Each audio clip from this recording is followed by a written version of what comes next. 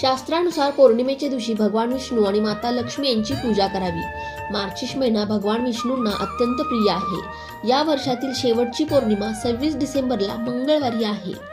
ज्योतिषशास्त्रानुसार पौर्णिमेच्या दिवशी माता तुळशीची पूजा करणे खूप शुभ मानलं जातं।